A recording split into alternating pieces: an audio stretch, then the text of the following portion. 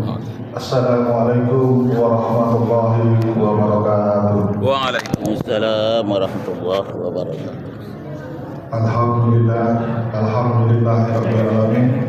Wassalatu wassalamu ala asyrafil anbiya'i wal mursalin wa ala alihi washabbihi rasulillahi ajma'in. Amma ba'du. Pertama sekali marilah kita panjatkan puji dan syukur kehadiran Allah Subhanahu wa taala yang mana pada malam hari ini kita telah diberikan kesehatan dan kesempatan untuk hadir di masjid kita ini dalam rangka melaksanakan sholat tarawih berjamaah. Tak lupa pula salawat dan salam kita ucapkan kepada baginda Nabi besar Muhammad SAW dengan mengucapkan Allahumma sholli ala Muhammad wa ala ali Muhammad. Adapun susunan acara kita pada malam hari ini, yang pertama adalah pembukaan dari protokol yang sedang berlangsung. Yang kedua, santapan rohani Ramadan yang disampaikan oleh Al-Ustaz Bapak Dr. HM Rakib Jamari SA MAG yang berjudulkan tentang bahaya pergaulan bebas. Waktu dan tempat saya persilahkan kepada Pak Ustaz untuk naik ke mimbar. Sini aja ya.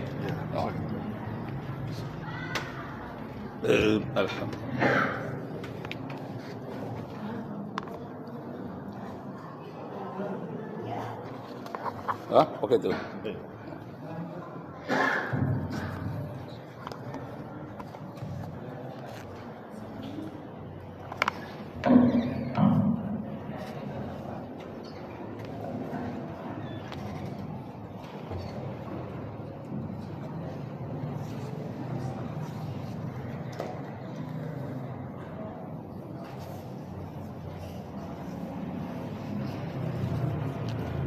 Assalamualaikum warahmatullahi wabarakatuh.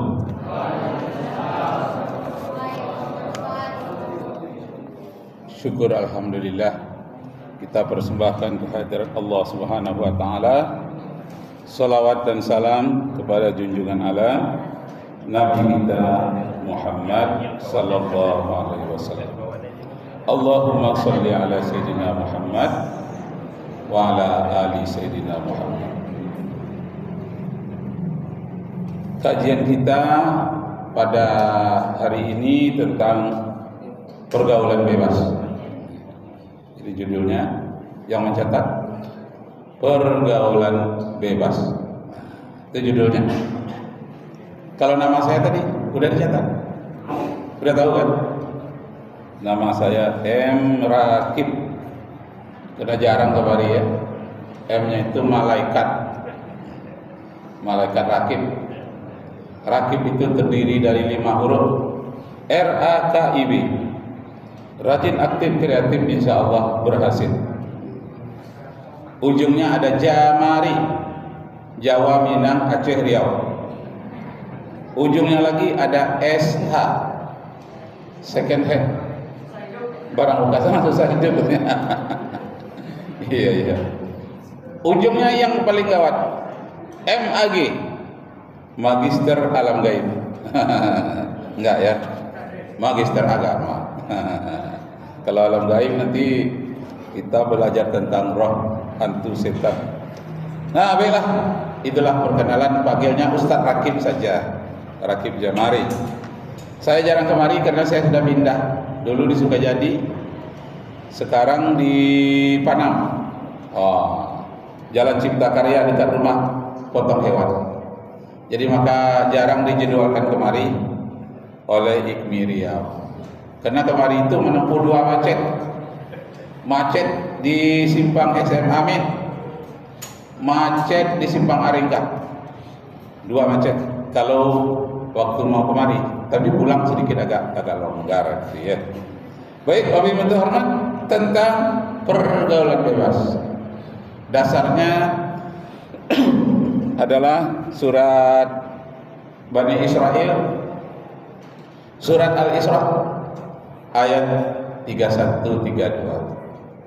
Wala taqrabuz zina fa innahu fahisatan wa sa'a sabila. Janganlah kamu bergaul bebas, karena pergaulan bebas itu adalah merupakan perbuatan yang keji seperti binatang. Wa sa'a sabila, itu adalah jalan yang paling jelek. Nah, pergaulan bebas itu ada 10. Catat ya. Ada 10 keburukan pada pergaulan bebas. Ada 10. 1. Merusak kesehatan fisik. 2. Mengganggu kesehatan mental. 3. Merendahkan prestasi akademis bagi yang belajar. 4. Buruknya hubungan sosial akibat pergaulan bebas itu. Yang kelima, hilangnya wibawa keluarga, buat malu.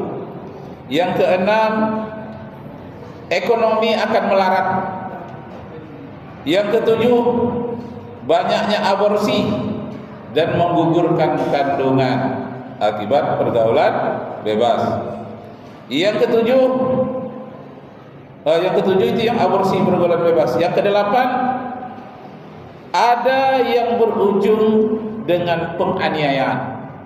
Jadi akibat pergaulan bebas itu ada temannya yang dianiaya, zalim dia. Yang kesembilan, mudah terkena penyakit sifilis dan HIV. Ini terutama di negara-negara sekuler seperti di Thailand, seperti di Australia, dan negara-negara yang tidak berdasarkan agama. Negara-negara sekuler itu banyak remajanya terkena sifilis dan virus HIV. Yang ke-10, adanya berujung bunuh diri. Dan kalau di dalam Islam, orang bunuh diri itu besar dosanya. Yang pertama, orang bunuh diri itu tidak disolatkan jenazahnya, tidak boleh. Yang kedua, seluruh amal kebaikannya sebelum bunuh diri itu hilang, tidak dicatat, dihapus. Yang ketiga, rohnya gentayangan antara langit dan bumi, karena rohnya tidak diterima oleh Allah Subhanahu wa Ta'ala. Nah, yang paling banyak pergaulan bebas ini mengarah kepada bunuh diri di Korea Selatan. Sebanyak 13.000 orang remaja bunuh diri akibat patah hati. Jadi hati-hati, cinta membunuhmu. Kalau cinta dalam artian pergaulan bebas, Masya Allah. Nah, karena itu para remaja perlu diberikan adab bergaul. Adab bergaul itu ada 5 macam. Jadi yang pertama, adab bergaul antara laki-laki dan perempuan tidak boleh berkhalwat, tidak boleh berduaan. Kalau di Aceh berlaku hukum syariah, bagi remaja muda-mudi yang berduaan di tempat wisata atau di pinggir pantai, dia akan ditangkap. Nah, kemudian akan dirotan. Tidak boleh berkhalwat, dirotan dengan beberapa rotan yang telah ditetapkan. Itu bukan kekerasan terhadap remaja, tidak. Hukuman bagi yang bergaul bebas. Jadi ketika saya ujian disertasi program doktor di UIN Suskariau, kebetulan profesornya yang menguji saya dari Aceh. Yang saya bahas tentang hukuman rotan terhadap remaja, apakah itu tidak termasuk kekerasan terhadap anak? Nah, yang mengujinya itu ketua bahagian urusan syariah di Aceh, namanya Profesor Dr. Alyasa Abu Bakar. Jadi dia tanya, apakah menurut hukum Islam merotan remaja yang bergaul bebas itu bukan suatu kekerasan? Tidakkah itu melanggar HAM? Itu ditanyanya kepada saya. Saya katakan tidak. Justru remaja itu, pemuda itu yang melanggar HAM. Tapi ada syaratnya. Syaratnya memukul dengan rotan itu tidak boleh menyebabkan dia pingsan. Tidak boleh sampai pingsan. Dan kemudian yang memukulnya itu mengangkat tangan ukuran nampak ketiaknya. Tidak boleh sampai kuat-kuat sekali sampai ke belakang. Tidak boleh. Ada ukurannya. Kenapa? Karena memberikan hukuman rotan kepada remaja yang berduaan itu sifatnya hanya untuk mendidik, bukan untuk merusak dia. Mendidik supaya dia malu, takkan mengulangi lagi. Jadi cara pergaulan muda-mudi dengan lawan jenis dalam Islam, yang pertama tidak boleh berduaan, tidak boleh berkhalwat namanya. Yang kedua harus menjaga pandangan mata. Itu caranya. Kepada laki-laki dikatakan, qul lil mu'minina yaghuddu min absarihim. Hei laki-laki, pelihara pandangan matamu. Yaghuddu min absarihim, tundukkan pandangan matamu. Itu bagi laki-laki. Kalau terhadap perempuan, tundukkan. Yaghudduna min absarihinna, harus juga wanita menundukkan pandangan matanya, tidak boleh liar. Setelah itu tutup aurat ditutup. Yang ketiga harus menjaga ucapan, ngobrol, tidak boleh mendayu dan merayu-rayu. Ucapan dalam pergaulan itu harus dipelihara. Yang keempat, tutup aurat yang benar, jangan membuka aurat. Yang kelima, hindari tontonan yang menggoda.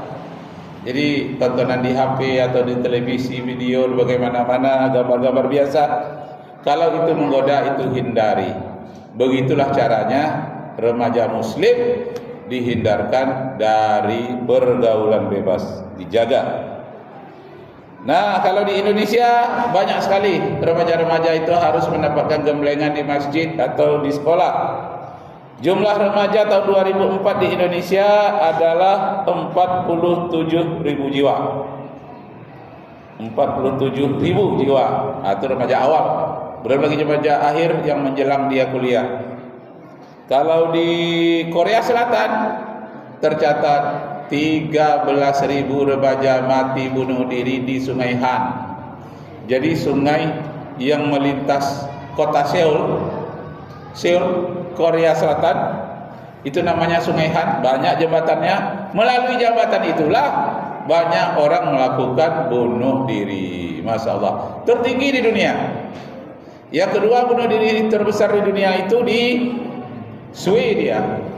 Karena Swedia itu dianggapnya hak untuk bunuh diri itu sebagai hak asasi, padahal tidak. Allah marah karena tubuh kita bukan milik kita, tubuh kita adalah milik Allah Subhanahu wa taala. Tangan diamanahkan oleh Allah. Bukan tangan kita ini, maka tidak boleh dilukai, tidak boleh dizalimi. Tangan ini milik Allah, kita hanya dipinjamkan, diamanahkan. Ada yang diamanahkan 60 tahun, ada 50 tahun, ada yang 2-3 hari saja. Sudah itu dipanggil oleh Allah, diambil oleh Allah. Jadi tubuh kita bukan milik kita. Jadi bukan hak asasi namanya. Kalau kita ingin bunuh diri kita sendiri, itu melanggar ketentuan Allah.